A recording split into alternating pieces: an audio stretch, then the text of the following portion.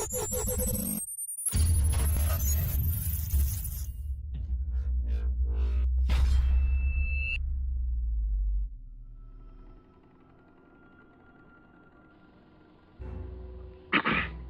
it on? Okay. For a long time, the people had been talking of violence, of the day when they would fight the white man and win back the country.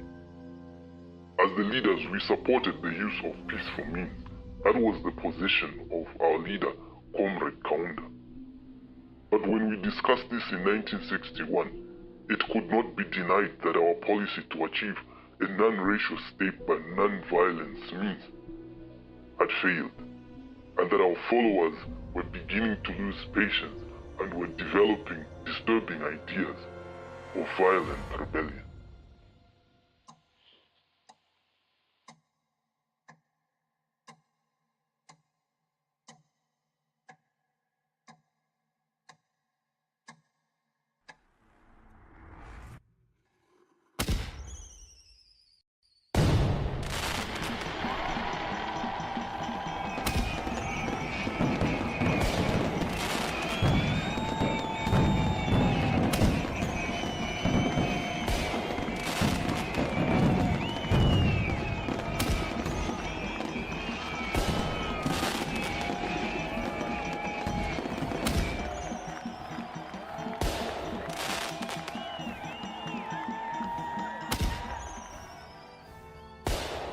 On October 23, 1964, at exactly 11:56 p.m., the Union Jack, the blue and red national flag of the United Kingdom, was lowered and replaced by a green, red, orange, and black flag with the fish eagle.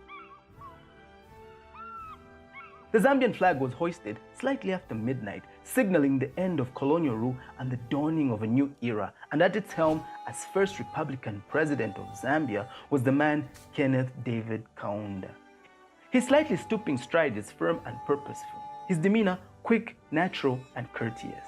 He speaks carefully, pausing occasionally to weigh his every word. At 40 years old, Kaunda is a figure of international significance. He has traveled the world, met presidents and kings, sold second-hand clothes, and spent nights in prison. He's at once outstanding in and typical of the generation that had risen up in the 1900s to change the course of the African continent and to free its people.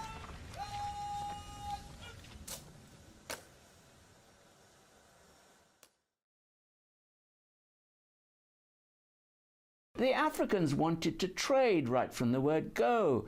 They wanted to sell their labor. From Malawi and northern Rhodesia, they used to go down into South Africa. You had a movement of people. People wanted to learn. They wanted to meet each other.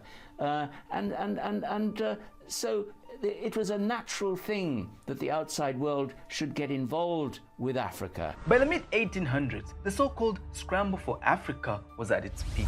The British Empire, Pax Britannica, found itself pitted against other imperial powers in an existential race to control the vast territories of Africa and exploit both its resources and its people. Africans were not aware that there were conferences being organized in Berlin to determine about them. No, they did not know about it. They only saw the consequences. And they justified it by saying that they were bringing civilization and Christianity to these benighted, primitive people. The area around the Zambezi became known to the British through the exploits of Dr. David Livingstone. Livingstone's journeys in the 1850s were avidly followed by the British as they embodied the qualities that Victorians prized: an adventurer, a devout Christian, and anti-slavery campaigner.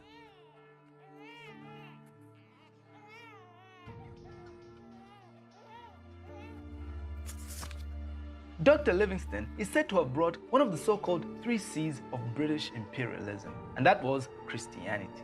The other 2 C's of commerce and civilization would come through another man's boyish dreams.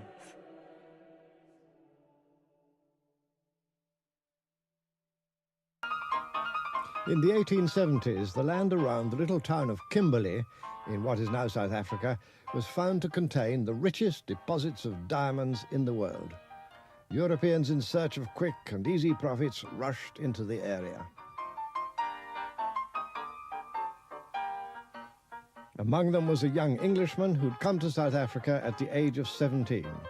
His name was Cecil Rhodes. Rhodes was an astute and ambitious businessman, politician, and mining magnate who fancied himself an empire builder. He neither drank nor smoked, and his only obsession was to see the high plateau of Central and Eastern Africa settled and controlled by the British, while he himself carved out a lucrative niche in the mineral-rich areas of Katanga, the Limpopo, and of course, the Zambezi. Though Rhodes was not different from other white supremacists interested in Africa at the time, he was at the same time unique, describing his mission in Africa as one of conquest, but not with war, but money. His vision was to connect all British colonies from Cape to Cairo, a vision he saw when he came face to face with death. In 1872, Cecil John Rhodes suffered a heart attack while working with his brother in the diamond fields of Kimberley in South Africa. After his recovery, with renewed ambition, he and his brothers set out in search of gold in the interior. However, this endeavor was largely unsuccessful, as both men and the environment in the interior were harshly hostile. The Rhodes brothers did not have any means nor resources to undertake such a risky expedition. The attempt was abandoned and Rhodes returned to the United Kingdom in 1873 to complete his studies, but the desire to penetrate the interior did not end there. When leaving for the UK, Rhodes left his diamond fields in the care of his partner, Charles D. Rudd. As their business investments began to pay off, he and his partner launched the De Beers Mining Company in 1880. In 1888, Rhodes formed the British South Africa Company, and the following year, he applied for a charter from the United Kingdom to expand the empire. Having built up a strong reputation, the charter was granted almost immediately, and shortly after that, Rhodes initiated his grand scheme of complete domination through the use of diplomacy, conspiracy, and the weapon of mass destruction.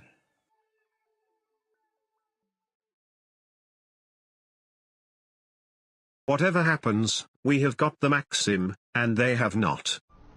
Until way into the second half of the 19th century, African societies had successfully guarded the continent against unwelcome European invaders. However, in the decades leading up to the 1880s, a number of rapid technological developments took place in Europe that shifted the balance of power in the fight for Africa in favor of the invaders. In many instances, the British did not actually have to go to war. Just the threats of war, the fact that there were all these big, powerful guns was enough to force the local chiefs to sign a treaty. Most notably, the development of the Maxim gun, a semi-automatic weapon, proved a crucial factor in European conquest of Africa. Due to its increased speed of fire and the fact that it was relatively light to carry, it became the standard machine gun for Europeans in Africa, a weapon of mass destruction employed on the African battlefield with deadly consequences.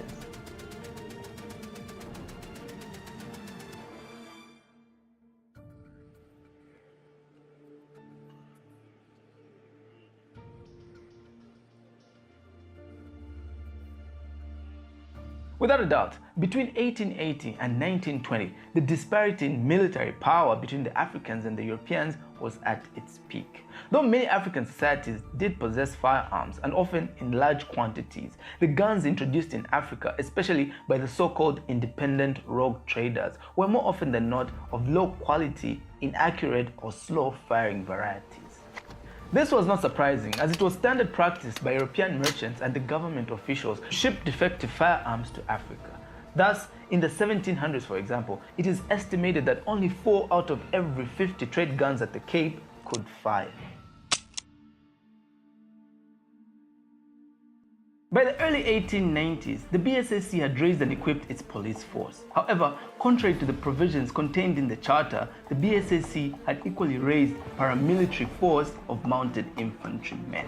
It was this force that helped the company overcome the Matabele Kingdom and the Shona north of the Limpopo in the First and Second Matabele War between 1893 and 1897. And it was during these wars that the British first used the Maxim gun in combat and caused over 5,000 Ndebele fatalities.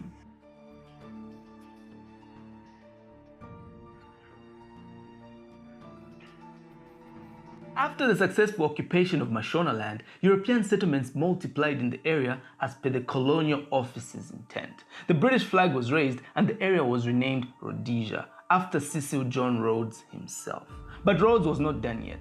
During the same period, the BSAC had its charter extended to give it power to further administer the territory to the north of the Zambezi. It was then that attention was turned to the foremost impediments to effective British occupation of the Northern Territories, the organized Lozi and the proud Ngoni.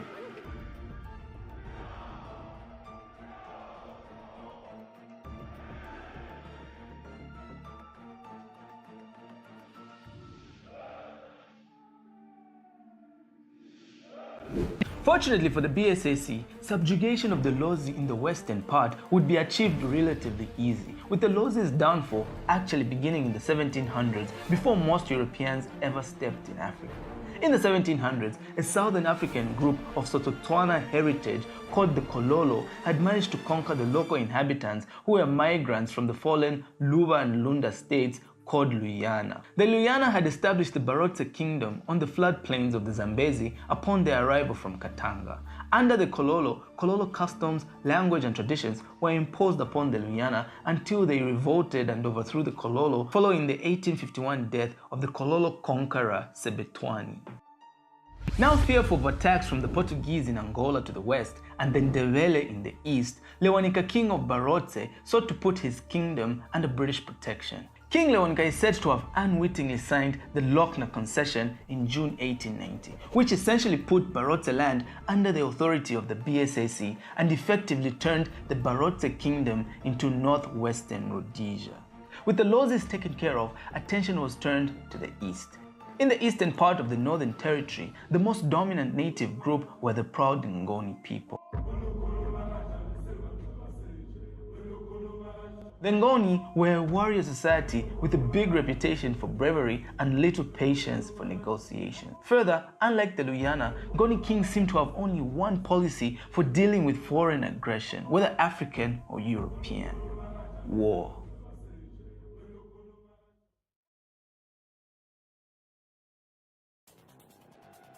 In December 1897, unknown to his father the king, Nsingo, crown prince of the Ngoni people, led a revolt against British settlers. The attack began with laying siege to the North Chartered Exploration Company at Fort Young. However, it is said Europeans played on the actions of Nsingo and his men to justify invading Ngoni land, finally getting rid of Mpezeni and effectively controlling his kingdom. Thus, after the so-called Ngoni rebellion was ruthlessly put down, Mpezeni accepted Pax Britannica, and his part of the country became known as Northeastern Rhodesia.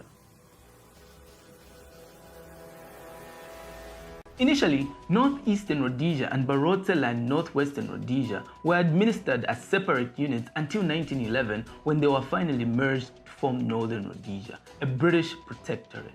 By the early 1900s, Cecil Rhodes' plan seemed to have succeeded. However, by 1920, the BSAC had begun losing favor with most European settlers and thus were equally losing control of the region.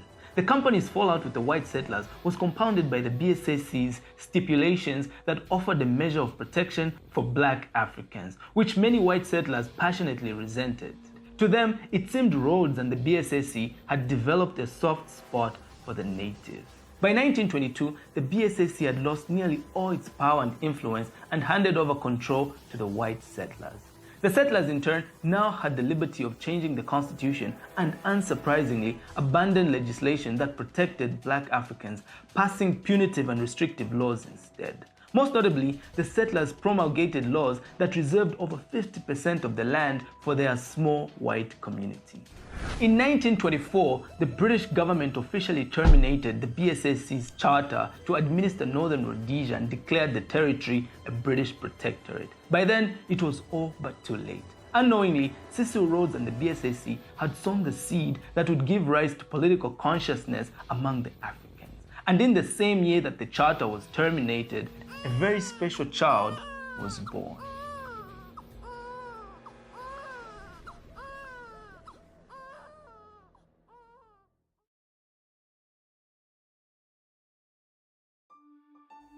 When he was born, the boy was nicknamed Buchizia. the unexpected one, born to his parents in their 20th year of marriage. The day was Friday, October 24th, 1924, the year that the BSAC's charter to administer the Northern Territory was terminated. His father, Juliza David Kaunda, came to Northern Rhodesia as an evangelist in 1905 at the age of 27, with his wife Helen Jengwera Nyirenda, who was the first qualified African woman teacher in the area, and Hezekiah Konjera, a teacher and freed Bemba slave. Fortunately for the trio, when they arrived in Chinsali district, the native commissioner R.A. Young, also known as Bobo, received them well and built them a house and a school to start what would come to be known as Lubwa Mission.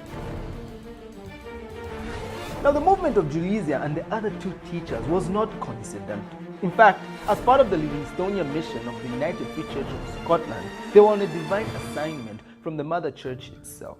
Their task was simple, and their instructions were to reach Bemba land and forestall the expansion of other missionary societies in the northeastern Rhodesia and Nyasaland. On top of the list of the missionaries that had to be stopped were the White Fathers.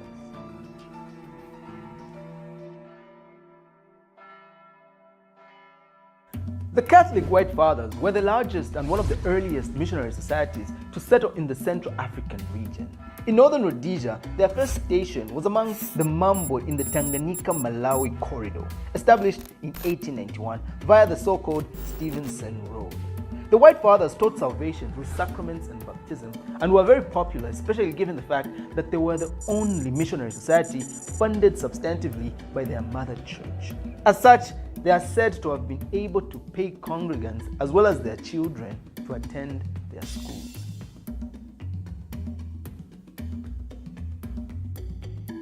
On the other hand, for Lubwa Mission, salvation was through individual faith in Christ, and as such, the mission stressed the education of Africans in practical skills.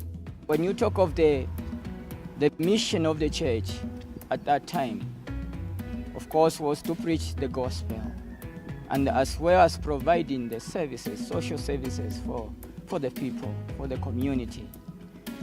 And the services they provided, one of them was education as well as health.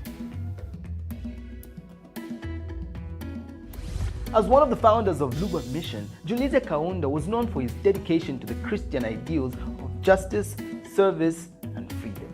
It was these traits that defined him as a catechist, and it was these traits that would be inherited by his youngest son, Kenneth Buchizia Kaunda. Growing up as a young boy, it was a warm, happy, and secluded life in the sanctuary of Lubwa Mission for young Kenneth.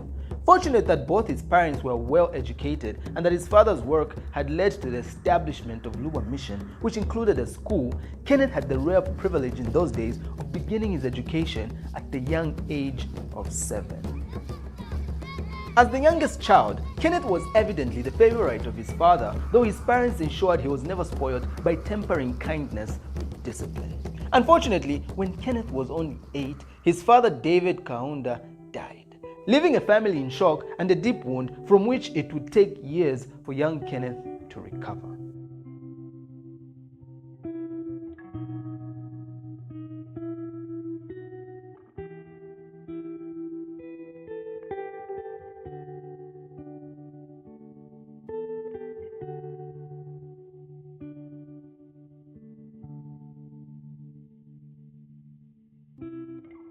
As a young student, Kenneth was described as a shy and timid boy, one who would rather go hungry than ask for food. But Reverend Maxwell Robertson, the principal, saw something more in young Kenneth and introduced him to football and the Boy Scouts. It was during this period that Kenneth also discovered the guitar and began composing his own songs. Reverend Robertson took it upon himself to mentor young Kenneth and taught him the importance of hard work and the value of helping others. And soon, from a shy and timid boy, Kenneth became more assertive and later joined other boys in community works such as carrying water for the elderly and helping out in the field. Meanwhile, in the mid-1930s, on the Copperbelt province, not far from Chinsali, things were less tranquil. In fact, there was chaos.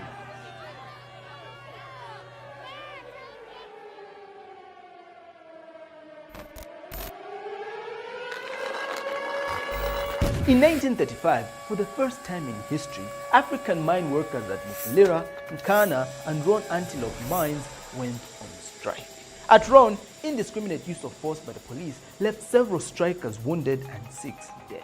Elsewhere, there was less violence and soon the strikers went back to work. However, brief and seemingly ineffective as the strikes were, they served to show both the Africans and the Europeans that Africans were already conscious of a common interest and were capable of organizing concerted resistance. For this reason, the 1935 African workers' strike was considered by many as the birth of African nationalism. As the copper belt was on fire back in Chinsali, it became apparent that Kenneth was a brilliant student and a natural-born leader. As such, he was earmarked for teacher training when he completed Standard 6 in 1938. And in 1941, Kenneth Kaunda became one of the first pupils at Munali, Northern Rhodesia's first African secondary school. Munali was intended as Northern Rhodesia's principal school for talented native boys. And it was during his time at Munali that Kenneth made his first acquaintance with life outside the sanctuary of Luwa and met with the harsh reality of colonial rule. Notably, in one incident at Broken Hill, uniformed policemen ordered him off a path that was reserved for Europeans only. This was a shock to Kaunda, who, having grown up in a Christian mission, had never been too exposed to one of the stark features of colonial life: racism.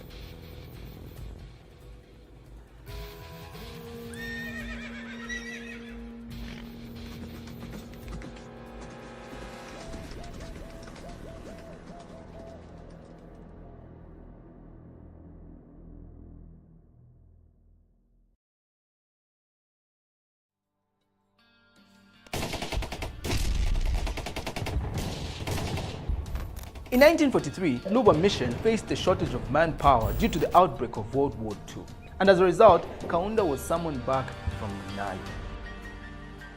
Back at Luba Mission, Kaunda taught at the school and became head teacher before his 21st birthday. He also taught in then Tanganyika, where he became a lifelong admirer of the future president, Julius Nyerere. Over time, through his teaching and preaching as a deacon in the church, Kaunda gradually overcame his shyness, though it took a bit longer to overcome his shyness with the ladies. Fortunately for him, his mother had already chosen a wife, a young girl from Mpika, daughter of Kaweche Banda and Milika Sakala. For Kaunda, life seemed to have been turning out as everyone would have expected for a young educated African at the time. A good job, a lovely young wife, and high prospects for the future. But one thing still haunted Kaunda: his racist experience at Broken Hill. And soon this would push him from the sanctuary of the mission and his mother's apron strings to take on the real world, challenge the status quo, and free his people. In 1947, after 4 years of teaching, Kaunda decided to follow a different path. Thus, he and his new wife, alongside 2 friends from Lubwa, Simon Kapwepwe and John Sokoni, set off southwards to pursue their dreams. Support themselves, they engaged in farming and performed different odd jobs to raise money.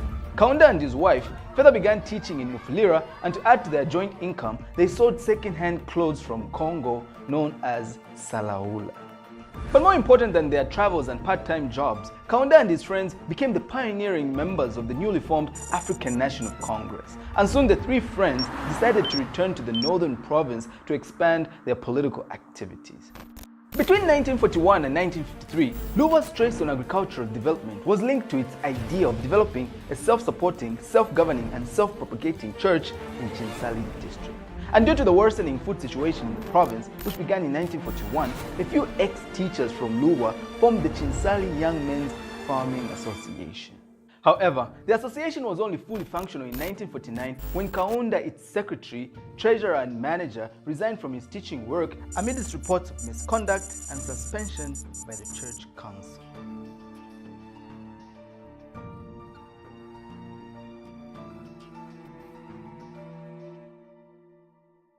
After the incident, Kaunda took time to retire from the world and to refresh his spirit, spending time meditating in nature, ending up in what he called God's laps, a place almost entirely free from consciousness. During these troubled times, music became a great comforter to Kaunda, and he composed a number of songs expressing his feelings, desires, and worldview. Kaunda would also take walks in nature with his guitar, and on one particular occasion, he got so lost in his thoughts that he was only awoken by the presence of a large, deadly snake. Kaunda barely survived the encounter, and it was at that point that he knew he had to resume the struggle. By the late 1940s, African welfare associations were established at all district headquarters to discuss matters of welfare affecting Africans. The only problem was their discussions were anything but welfare related, and more often than not, the topics that took center stage were politics. In Chinsali, the chairman of the Chinsali Welfare Association was then Daniel Ovesa, an evangelist from Lubwa. Other members included Tom Sabi, Ruben C. Mlenga, Moses K. Mumba, John Singoi, Robert Makasa, and of course, Kenneth Kaunda. So African welfare societies were doubling in politics. This definitely had to be stopped. But how? As time went by, government efforts to control African political development proved futile. As an alternative, the government tried to meet African political ambitions by modernizing the traditional system of government through chiefs and councils.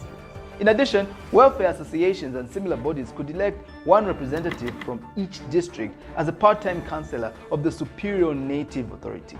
But this didn't stop Africans from pursuing other avenues of political activism. By 1950, Africans took their political ambitions a step further and established the Chinsali branch of the Northern Rhodesia African Congress. The party's first president was Godwin Lewanika, a Barotse native from an aristocratic background. The Congress was the first African political party in Northern Rhodesia and had its roots in the Federation of Welfare Societies with links to the African National Congress in South Africa. Unlike the Welfare Association, the Congress refused to be an arm of colonial administration under the control and direction of the District Commissioner. At inception, African political formations faced a myriad of problems. But by far, the most pressing and charged political issue in the 1950s that preoccupied the Northern Rhodesia African Congress was the proposed amalgamation of Northern and Southern Rhodesia. Across Chinsali district, there was a general fear that if the federation was actualized, it would attract large numbers of European settlers and subsequent loss of land and other rights and liberties for the Africans in the Northern Territory.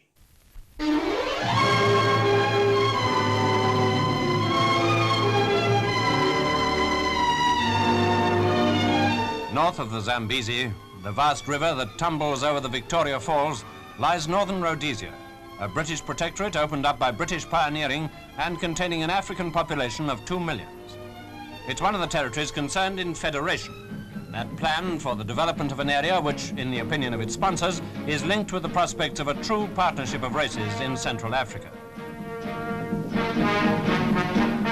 The famous copper belt of Northern Rhodesia is one of the world's biggest production centers of that important metal, employing both African and European labor. Other industries have grown up as a result of the development of the copper mines, such as this cement works at Chilanga. Northern Rhodesia is developing fast, and cement has become of prime importance for building and road making. This is an illustration of the type of industry which federationists are eager to see extended in the Rhodesias.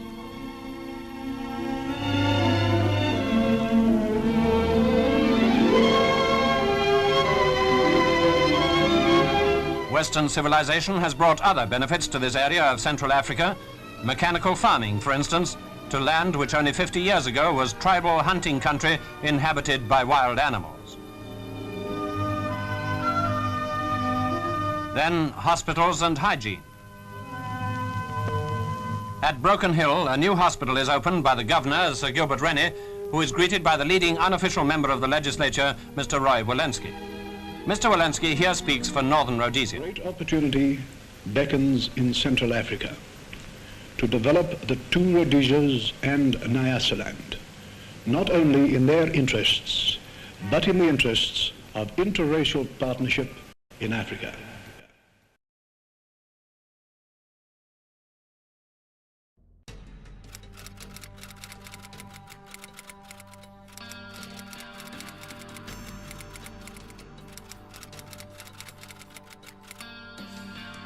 Let's begin with two conflicting narratives. Number one, In the 1950s, the British government, aware of the economic disparity amongst its African dependencies, experimented with the creation of Federation of Colonies, apparently to give the poorer territories a better chance at later attaining self-sufficiency.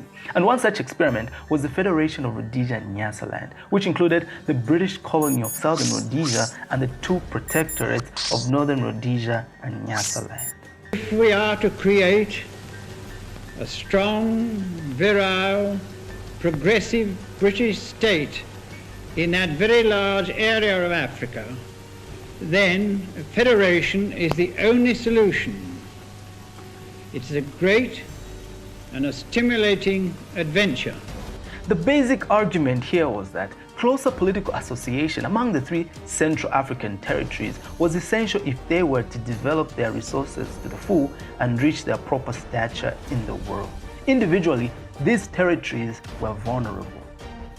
But now, if the rationale behind the Federation was to promote collective development of member states towards self-sufficiency, then why was the initiative so despised by the majority of the population and especially indigenous Africans in Northern Rhodesia and Nyasaland? Which brings us to narrative number 2 and the point where things get very ugly.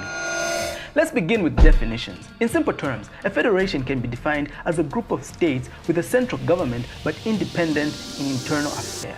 However, in the case of the so-called Central African Federation, one dominating feature was that the central government had overriding powers, and unlike the southern colony, Northern Rhodesia and Nyasaland were not actually colonies, and neither were they truly federal states. So what were they?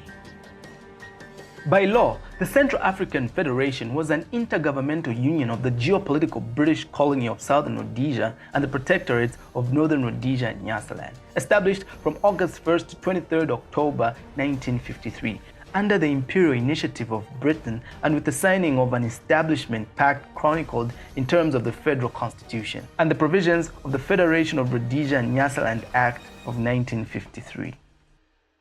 This was an imperial scheme to make bigger regions out of small countries, to make management of governments easier by Britain. Fully understand the reasons behind the formation of the Federation, we must consider both the political and economic considerations behind its establishment. Politically, there's an argument that it was actually Gold Brown, a settler from Zambia, then Northern Rhodesia, that suggested a federation in a 1936 meeting for more effective political control. And it was upon this suggestion that Southern Rhodesia's Prime Minister, Godfrey Hudgens, provided the driving force behind the federation issue. Of course, effective political control was a benefit of establishing the federation, but it was by no means the main factor behind the decision. The most relevant political consideration at the time was not just effective political control, but also fear of African nationalism. Historian Professor Lewis Gunn notes that Huggins and his associates were patriots determined to build a powerful British dominion. An imperial bastion that would resist the long-range menace of black nationalism to the north. Unsurprisingly, the Federation's first appointed Prime Minister was Godfrey Hudgens, first Viscount Malvern, who already served as Prime Minister of Southern Rhodesia for 23 years. He would go on to act as Prime Minister of the Federation until 1956, becoming the longest-serving Prime Minister in British Commonwealth history. Although the African population was approximately 3 million and the European population only about 300,000, Africans were allocated only 6 representatives, 2 from each territory, in a federal legislative assembly of 35 members. This often brought frustration amongst African representatives. Repeating the same all about economics and social this and that. I have time to waste here. My people want me home. Right now, they want me back home in Nyasaland. Furthermore, stringent conditions were set by the settler regimes to sideline the majority of Africans from voting. For example, voters were divided into 2 categories, the A and the B row.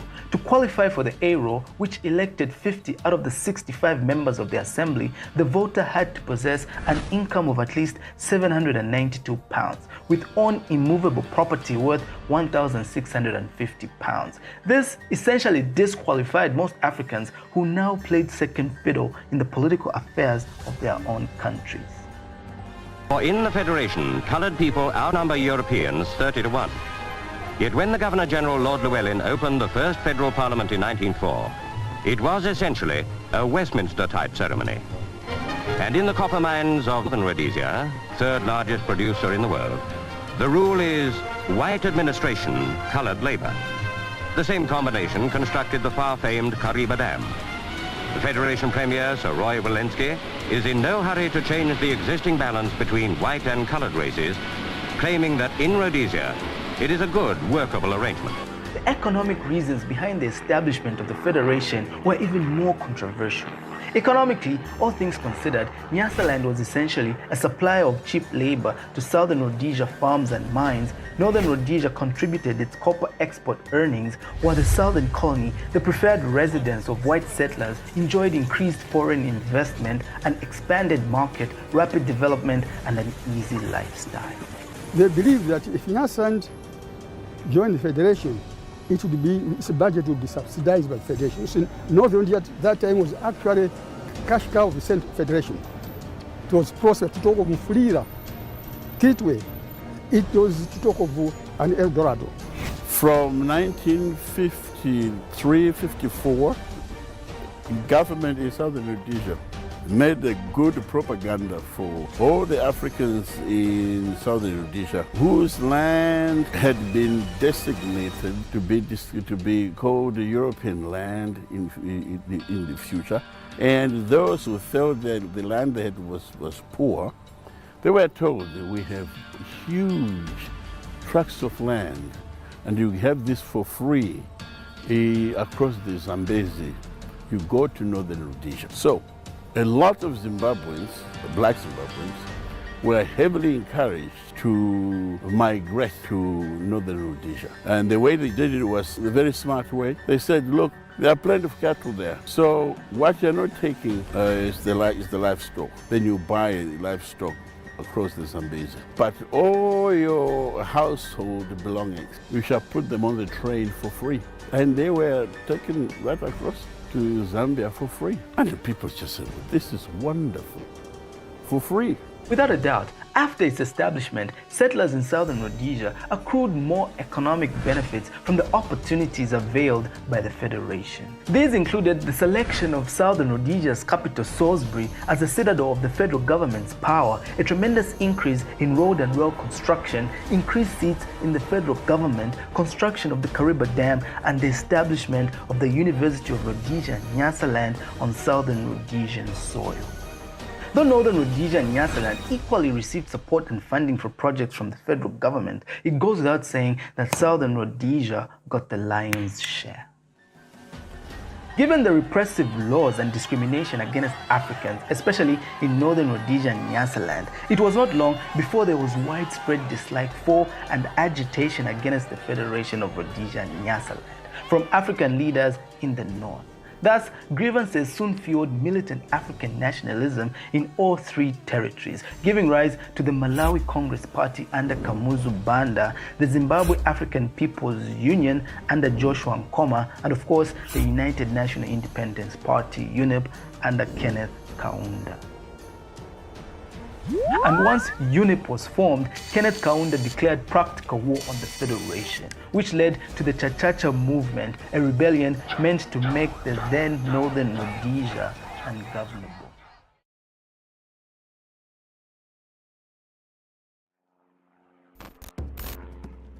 In the 1950s, the Central African Territory, known as Northern Rhodesia, had been an involuntary member of a worldwide system of dependencies under British administration for over 70 years. However, in those years, race relations in the region had worsened, with colonialists in the south classifying people racially by obnoxious tests such as a pencil sticking in one's hair, width of the nose, shades of whiteness, and even the opinion of neighbors. And soon, signs of what was happening in the south began showing in Northern Rhodesia. Unwittingly, it was during the same period that the London News Sheet printed in one of its issues a poem entitled Northern Rhodesia Awake. Worse still, from 1939 through to the 1950s, story of man-eating demons spread throughout Chinsali district with anti-colonial and anti-European connotations. The so-called Vanyama, derived from a local term meaning meat, described cannibals or vampire-like men that feasted on human flesh.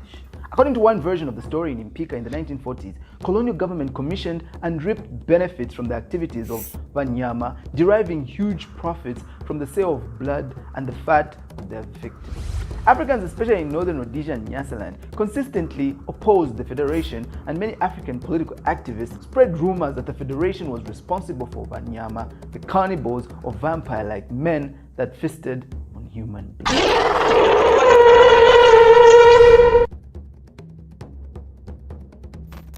Thus, from the late 1950s onward, Northern Rhodesia's African nationalists, led by the United National Independence Party (UNIP) and Kenneth Kaunda, declared practical war on the Federation and colonialism. However, to effectively achieve their goal, there was one particular organ that they had to infiltrate for their fight to be meaningful: the Northern Rhodesia Legislative Council.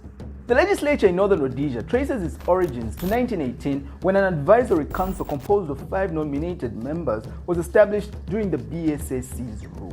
These members were white settlers who had been demanding for a responsible government during the entire BSAC rule era from 1890 to 1924.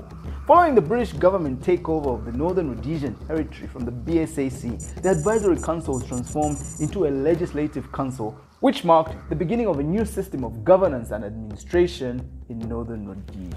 The first Legislative Council meeting was held in Livingstone, the capital of Northern Rhodesia, on 23rd May 1924.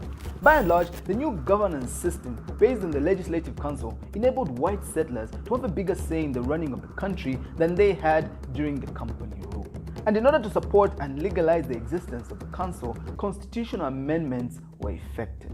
It must, however, be stated that the Legislative Council was not completely independent from the Colonial Office in London. The powers of this embryonic body were restricted, as the British Parliament remained the ultimate source of all law, with major constitutional and policy changes being effected through the instrument of Order in Council promulgated by the Crown. Now, to be fair, the Legislative Council did attempt to address the interests of Africans indirectly, as its European members believed that Africans needed to be legislated for. Issues pertaining to the welfare of Africans only began to attract attention in the later years. One reason for this was the Passfield Memorandum of 1930, a memorandum on native policy in East Africa, in which the Secretary of State for Colonies, Lord Passfield, affirmed that the British government's opinion advocated for paramountcy of Africans when in conflict with the settlers. Thus, in order to show compliance with the Passfield Memorandum, in 1935, one unofficial member, Colonel Stewart Gough Brown, was appointed by the governor to represent African interests. Despite himself being white, Gough Brown probably had a closer understanding of the new pressures on African society than any other member of the Legislative Council, having first come to Northern Rhodesia in 1911 and later settled at Chiwangandu in 1921. But in terms of direct African representation, direct African members' representation only began in 1948, partly due to demands for direct representation from African nationalists. However, another threat to African representation arose in the late 1950s, initiated by the man Ian MacLeod, Secretary of State for Colonies. MacLeod's proposal was designed to protect minority Europeans and disenfranchise majority Africans with devalued votes by introducing a very complex system of representation. And despite its complexity, MacLeod's proposals were instrumental in the introduction of the 1962 Constitution, which favored the minority settler communities' hold on power at the expense of the Africans. And thus in July 1961, Kenneth Kaunda rose to speak to 3,000 party delegates at Mulungushi. He began with the ominous statement, "Countrymen, we meet today to decide the future of our country." As Kaunda was speaking, some made reference to a master plan, and there were repeated shouts of approval, and again the word cha-cha-cha was heard. And when asked about the concept, Kaunda replied that cha-cha-cha meant more than political agitation and symbolized a real dance, one in which everyone, Africans and Europeans alike, would participate.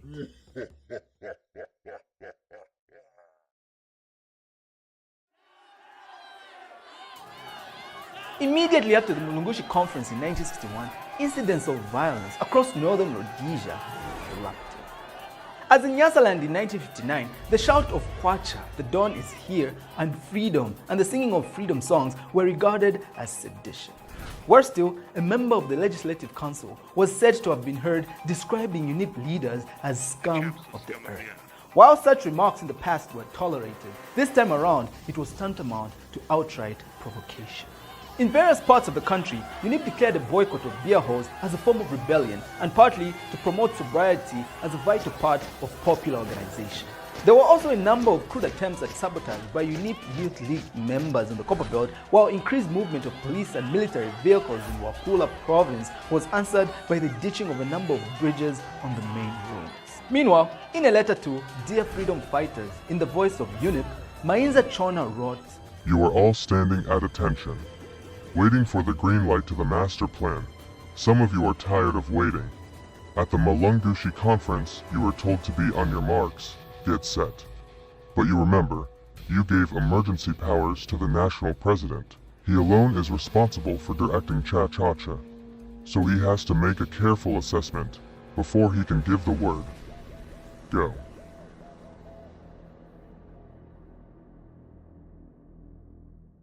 In his encrypted remarks, despite Mainza Chona seemingly arguing that the green light for the master plan had not been given by Kaunda, he ended his speech with a grave word on the coming struggle.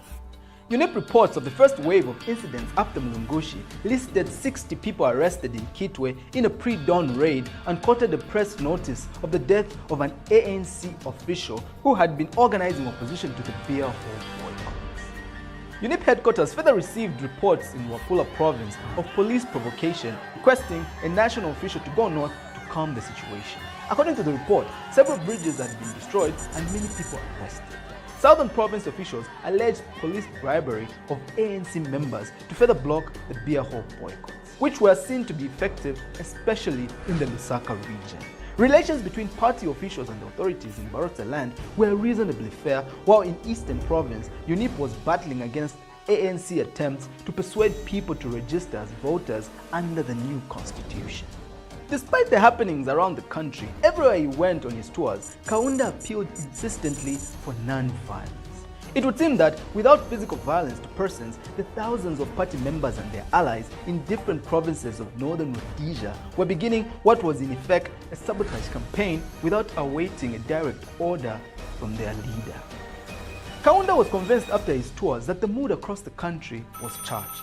It seemed somehow that the trigger had been pulled before the order was given, and it was when Kaunda was at Dar es Salaam that a correspondent from the London Daily Mail in Lusaka called him with the question, "Have you heard what is happening at home? They are burning their identity cards. Is that in order?" And Kaunda replied, "Yes, this is the first part of the master plan." In the Samfya area, where there had been early disenchantment with Haring Kumbula's leadership and where first Zank and then UNIP had gained very large following, local testimony indicates that the mass burning of Ifitupa, as African identification certificates were called, was done 5 days before Kaunda burnt his own in Lusaka. The burning at Samfya was followed the next day by a similar action on the island of Chishi, where people burned Ifitupa and Imichato or Bari certificates, which was symbolic of a radical rejection of colonial rule. By this time, recalls Mama Chola of Mwense, "We realized that Cha-Cha-Cha had started. Straight away we started collecting identification and marriage certificates, even from those who did not attend the meeting, and we visited the homes of all the elderly people who had not come because of the cold weather. They surrendered heaps and heaps of certificates, and when it struck after midnight, we set these ablaze." Meanwhile, Kaunda was now in London, stressing his commitment to non-violence and fighting for the country's independence. In the UK, Kaunda is said to have been poisoned, though it was determined that it was only mild food poison. And a few days later, he was on his way back to Lusaka. His talks in London, though still inconclusive, were the final attempt and gave some hope. A final breakdown in negotiations would have forced the implementation of the third stage of the master plan, the burning of the identification certificates and the destruction of roads and bridges being the first two stages. In fact, the plan had overlapped, with the first two stages occurring simultaneously. Though Kaunda himself denied further stages of the master plan beyond destruction of roads and bridges, Lewis Changufu, mastermind of Chachacha, hinted that the subsequent stages of the plan were much more brutal. In London, Kaunda was encouraged as he had access not only to Ian MacLeod but also to the Minister of State Lord Perth and the Commonwealth Relations Secretary Duncan Sandys. The British ministers declared their willingness on cessation of violence to consider representations of divergent views about details of the proposed constitution. This, Kenneth said in Nairobi, would spell new hope for the troubled country. And the London Voice of Zambia reported that Kaunda had finally decided to suspend the campaign of protest and to try once more to make the British government see reason. The British people and the people of all races in northern Rhodesia have not only their best friend, but also their last friend in Mr. Kaunda.